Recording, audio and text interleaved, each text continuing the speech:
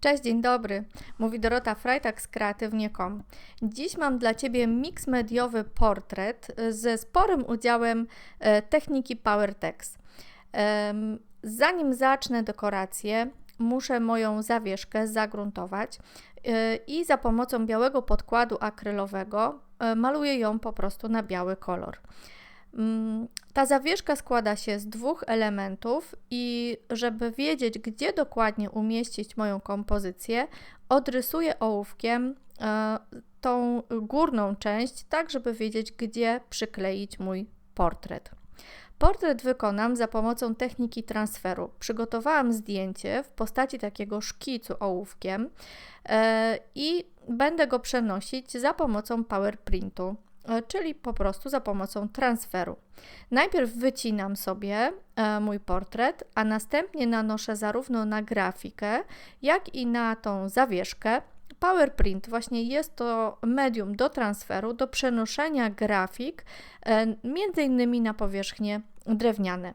Za pomocą pędzla gąbkowego, bo zwykłe pędzle niezbyt dobrze zachowują się pod wpływem tego PowerPrintu, lustrzane odbicie mojego zdjęcia przenoszę na drewno. Drewno również maluję PowerPrintem i teraz przykładam grafiką do dołu moje zdjęcie, a następnie za pomocą folii dokładnie dociskam całość. Jedyne, co muszę w tym momencie zrobić, to jest porządnie wszystko wysuszyć i pomoże mi w tym żelazko. Żelazko i papier do pieczenia. I wtedy, kiedy ten papier będzie porządnie suchy i moje medium do transferu, mogę zacząć tak zwane kulanie, czyli po prostu pozbywam się papieru za pomocą wody i pocierania palcami, tak żeby moja grafika stała się bardzo dokładnie widoczna.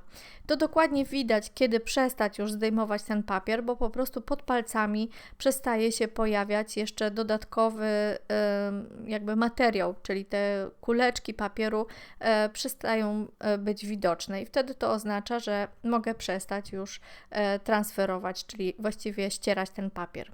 Ja sobie zabezpieczę wszystko właściwie klejem do dekupażu Easy Coat, to również jest produkt PowerTextu, ale to może być też lakier akrylowy. Chodzi o to, że teraz będę przechodziła do części, która będzie polegała na malowaniu i żeby sobie nie uszkodzić tej grafiki, zabezpieczam.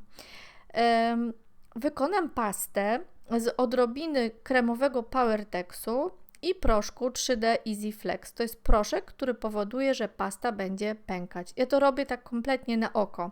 Po prostu chcę uzyskać delikatną konsystencję. Tu dodam troszeczkę PowerTextu, troszeczkę proszku Easy 3D Flex i odrobinkę wody, tak żeby uzyskać taką gładką pastę, dzięki której powstaną delikatne spękania. No i jakaś struktura. Pasta strukturalna jest z boku, teraz za pomocą płynu PowerText zaczynam wszystko montować. Tym kremowym PowerTextem nasączam zarówno tekturki, zostały mi po wszystkich świątecznych projektach różnego rodzaju tekturki i mam tak, kamieniczki, wszystko to kleję za pomocą PowerTextu. Mam gwiazdki świąteczne, jakieś serduszka, czyli montuję to wszystko na mojej zawieszce i tworzę taką zimową kompozycję. I robię to na bieżąco, piętrowo i również za pomocą tego PowerTextu będę montować kuleczki, ale zanim to zrobię, nadam pewną strukturę moją pastą pękającą. Nanoszę ją za pomocą szpatułki i ta pasta wyróżnia się tym, że między innymi nie znosi gorącego powietrza od razu, dlatego warto ją przesuszyć na początku zimnym strumieniem albo po prostu zaczekać z tym suszeniem.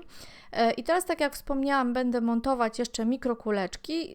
Po prostu nanoszę PowerText w dosyć dużej ilości pędzlem, a następnie posypuję wszystko w kolejności od tych największych, to są średnie kulki, później drobne kuleczki, a na końcu odrobinę piasku. Ten piasek daje taką strukturę głębokiego matu. I w momencie, kiedy mam już przygotowaną tą część, suszę to porządnie, a następnie biorę się za tak zwane blistery, czyli za patyny. Widać tam, gdzie był piasek, ten bister to jest akurat brązowy kolor, daje taki dosyć mocny efekt.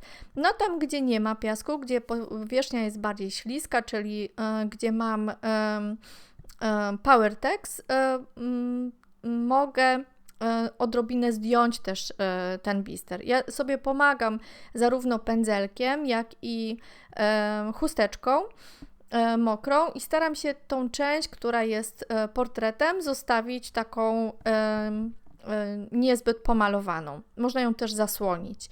Kiedy wszystko jest porządnie suche, czas na bielenie. I to jest moja najbardziej ulubiona część tego projektu, bo dopiero kiedy zaczynam bielenie, cała ta struktura, którą przed chwilą nałożyłam, zaczyna być widoczna i ten portret zaczyna być subtelny i taki zimowy, jak miał być. Czyli te moje patyny dały tylko kontrast i teraz dzięki bieleniu zaczyna być bardziej zimowo. I to właściwie wszystko, jeśli chodzi o dzisiejszy projekt. Zachęcam do wykonania swoich. Subskrybuj, zostaw parę słów od siebie i do zobaczenia w kolejnym filmie.